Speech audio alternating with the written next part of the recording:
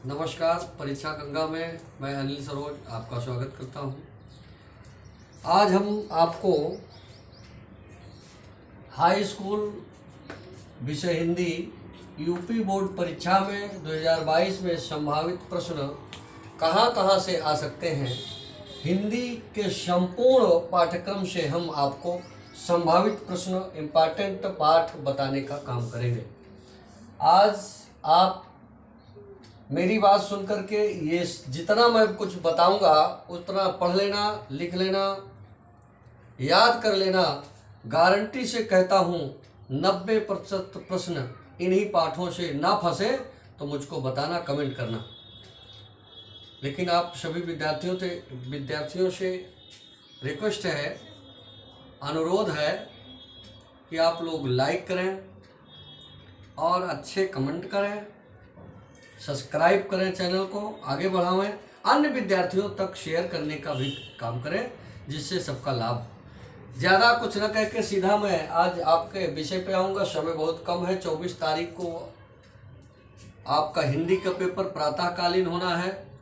सुबह सुबह आप जाएंगे, हिंदी का पेपर हो और आपका पेपर अच्छा हो, यही सब सोच करके मैंने अपने चैनल में हाई स्कूल के विद्यार्थियों के लिए ये इम्पॉर्टेंट पाठ डालने का काम कर रहा हूँ और इसके बाद तुरंत मैं इंटर का भी डालने का काम करूँगा। देखिए, हाई स्कूल विषय हिंदी का कहाँ से कौन से प्रश्न आ सकते हैं ये मैं आपको बताने का काम कर रहा हूँ। गद्य भाग से शुरुआत होती है तो इतिहास जितना आपके किताब में लिखा है उतने इतिहास से आपका काम चल जा रहा है। आप केवल किताब, दुनिया का और कुछ इतिहास नहीं पढ़ने की आवश्यकता है। सुन लीजिए, जितना आपके किताब के, हाई स्कूल की बात बता रहा हूँ, जितना आपके पाठ्यक्रम में है उतना आप पढ़ लीजिए, उतने में 5 नंबर आपको मिल जाना है। ज़्यादा पाठ्यक्रम में है नहीं, क्योंकि कोविड-19 के कारण कुछ सरकार ने हमारा सिलेबस हटा दिया था, उसको नहीं पढ़ना है। वो यद्यपि इस बार आ गया है, लेकिन आप कोविड-19 के विद्यार्थी हैं, इसलिए जो 30% हटा है उसे हटा करके ही पढ़िएगा। अब आप ज़्यादा मेहनत करने की कोशिश नहीं करिएगा, पूरा पढ़ लें, पूरी रामायण पढ़ लें, पूरा महाभारत पढ़ लें, इसके चक्कर में ना पढ़ो। जितना आपका पाठ्यक्रम है, जितना निर्धारित है उतना पढ़ने का काम करिए, उतना जो है याद करने का काम करिए। अनावश्यक आप समय खर्च ना करिए। इतिहास आप किताब से पढ़ लेंगे, केवल किताब से इतिहास पढ़ लीजिएगा, आपका काम चल जाएगा। इसके बाद गद्यांश, जो 3 नंबर का पेपर, तीसरा नंबर प्रश्न होता है, गद्यांश कहाँ से आएंगे। संभावित पाठ में बता रहा हूँ, मित्रता, ममता, अजंता, ये तीनों पाठ को अच्छी तरह से पढ़ लीजिएगा।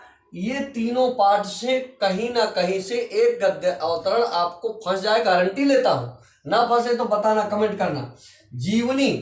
जीवनी की बात करें तो जीवन परिचय पूछता है लेखकों का, 3 लेखकों का नाम लिखा रहेगा। आप शुक्ल, आचार्य रामचंद्र शुक्ल, डॉक्टर राजेंद्र प्रसाद और ये जो है भगवत शरण उपाध्याय, इन 3 को आप याद कर लीजिएगा। इन 3 में से आज की डेट में मैं बता रहा हूँ, गारंटी के साथ बता रहा हूँ, एक जीवन परिचय फंस जाएगा और आपके पेपर में आ जाएगा। अब आज सीधा पद्य अनुभाग से बात करेंगे। पद से जितना इतिहास दिया है, इतिहास पढ़ लीजिएगा।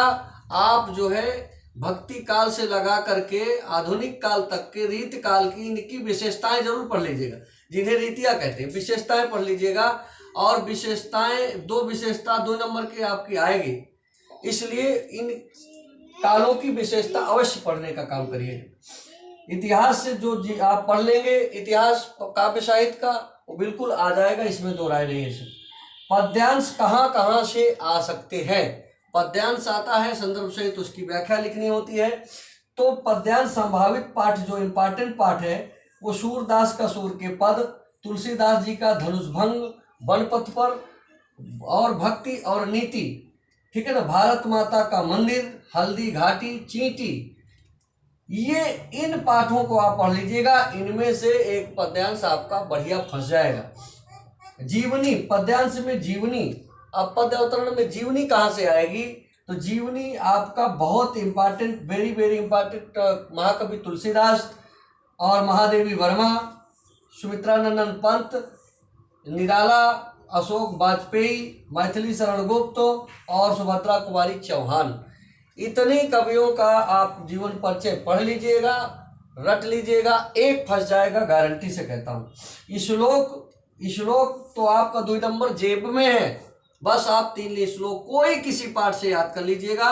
गद्य वाले भी 2 पाठ में हैं, उनको याद कर लीजिएगा। पद का जीवन सूत्राणी पाठ लगा ही है, उसमें से याद कर लीजिए, एक सरल 3 याद करने का फायदा रहेगा। मान लीजिए कोई 1-2 श्लोक आपके पाठ है, उसमें आगे प्रश्न पत्र में, ठीक, तो उसमें दिया रहता है कि ऐसा श्लोक लिखो जो इस प्रश्न पत्र में ना हो, तो आपको अलग से एक याद रहेगा, आप लिख देंगे बढ़िया से, 2 नंबर आपको मिल जाएगा। संस्कृत वाले भाग से कहाँ से आ सकता है, तो सुनिए, संस्कृत गद्य अवतरण आता है 7 नंबर का। गद्य अवतरण कहाँ से आ सकता है? वाराणसी, प्रबुद्धो ग्रामीणा, भारतीय संस्कृति, ये बहुत इंपॉर्टेंट पाठ है, यहीं से हर साल गद्य अवतरण पूछता है, इसलिए यहाँ से गद्य अवतरण पढ़ लीजिएगा, इन पाठों को रट लीजिएगा, इसका अनुवाद बढ़िया रट लीजिएगा, इसमें से एक फंस जाएगा, गारंटी से कहता हूँ। श्लोक किस किस पाठ का आ सकता है? देखिए, वाराणसी में एक श्लोक है, वाराणसी केनमीयते वाली, ठीक है ना, तो यत मरणम मंगलम भवति, वाराणसी मंगलम, तो इस तरह इसको याद कर लीजिएगा। एक पद, एक वीरा वीरण पूजते में पद है ना, हतो वा प्रापस्य स्वर्गम जित्वा वा भोज से महीन, इसको बढ़िया, इसका अर्थ जो है पढ़ लीजिएगा। आजीवन सूत्राणी के तो सभी श्लोक आपको पढ़ना पड़ेगा, क्योंकि इसका एक ठे आएगा, गारंटी से कहता हूँ। इसके बाद व्याकरण की बात हम करते हैं, तो व्याकरण में संपूर्ण व्याकरण आपको पढ़ने की जरूरत है भाइयों। इसमें आपको कोई कोताही नहीं करना। आपके कक्षा 10 की जो पाठ्यक्रम है और उस पाठ्यक्रम में जो व्याकरण है हिंदी में, वो बहुत इंपॉर्टेंट, पूरी व्याकरण इंपॉर्टेंट। मैं ये नहीं कहूँगा तुम ये पढ़ लो उसी को पढ़ो, नहीं, जितनी, क्योंकि संकुचित व्याकरण है, थोड़ा है, 2 रस है, 2 छंद है, 2 अलंकार है, 2 संधियाँ है, 2 समास है, इस तरह करके थोड़ा है, 4 उपसर्ग है, 4 प्रत्यय है, इस तरह 4 उपसर्ग 4 प्रत्यय, ये आप इंपॉर्टेंट जैसे आप पढ़ लीजिए, ठीक है ना। निबंध, अब निबंध की बात, निबंध चूंकि 6 नंबर का आता है, तो आपको निबंध जो है पर्यावरण प्रदूषण है, विज्ञान का चमत्कार है, भारत में बढ़ती जनसंख्या की समस्या एवं रोकथाम है, और जो है आतंकवाद, इस समय देश में आतंकवाद भी तमाम देशों में चल रहा है, तो इस तरह करके आप ये 4-5 निबंध ठीक से पढ़ लीजिएगा। ये आपके समझ लीजिए बिल्कुल परीक्षा में आने वाली चीज मैं बता रहा हूँ। मुक्तिदूत खंड काव्य एक लगा है आपके यहाँ फतेहपुर जिले में, अन्य जिले में जो खंड काव्य लगा हो वो आप पढ़िए। एक खंड काव्य जो आपके पाठ्यक्रम में होता है वो वही इंपॉर्टेंट होता है, वही आपके आने वाला होता है। खंड काव्य के नायक का चरित्र चित्रण आप याद कर लीजिए, चरित्र चित्रण में ज़्यादा नंबर दिए जाते हैं। सर्ग में आपको नंबर मिलेंगे, लेकिन लिखना ज़्यादा पड़ता है, माथापच्ची ज़्यादा करना पड़ता है। स्वर्ग भी याद करें और चरित्र चित्रण भी याद करें। इसलिए मेरा यही कहना है कि आप लोग मन लगा के पढ़ें। थोड़े दिन बाकी है, 4-5 दिन में आप इसको दोहरा डालें, रट डालें। जो मैं इम्पॉर्टेंट बताया हूँ ये गारंटी से 90%, मैं 90% गारंटी लेता हूँ। यद्यपि भगवान करे, माँ भगवती सरस्वती की कृपा से आप 100% ये फंस जाए, जो मैं बताया यही आ जाए। सरकार सोचे कि पेपर देख गया है क्या भाई, सबको बता दिया है, ये भी हो सकता है। लेकिन मैं उत्तर प्रदेश सरकार से कहना चाहता हूँ, पेपर ऊपर हम नहीं देखे, हम मास्टर हैं, इसलिए अनुमान से आज 10-12 साल से पढ़ा रहे हैं, हमको पता है। हमने अंशाल देखा, हमने पेपर देखा, हमने किताब देखा। बार बार जिस पाठों में पूछा जाता है वही पाठ मैं बच्चों को बताने के काम कर रहा हूँ, और अनुमानित पाठ बता रहा हूँ जिससे कि आ जाए। हमको पता होता है कि कैसे पेपर बन सकता है, कहाँ से पेपर बनाने वाला दे सकता है, इसलिए हम बच्चों को ये मार्गदर्शन करने का काम कर रहे हैं। प्यारे बच्चों, विद्यार्थियों, परीक्षार्थियों, आप मेरे द्वारा बताए गए इन पुनः एक बार सभी पाठों को आप पढ़ लीजिएगा, याद कर लीजिएगा, और फिर देखिएगा 90% गारंटी, ये 90% गारंटी के साथ कहता हूँ इनमें से आपको फंस जाएगा। अब आप पढ़िए और भगवान करे, माँ भगवती करे 100% फंस जाए, आपका भला हो, बिल्कुल आपको अच्छे नंबर मिले, इसी शुभकामना के साथ। जय हिंद, जय भारत।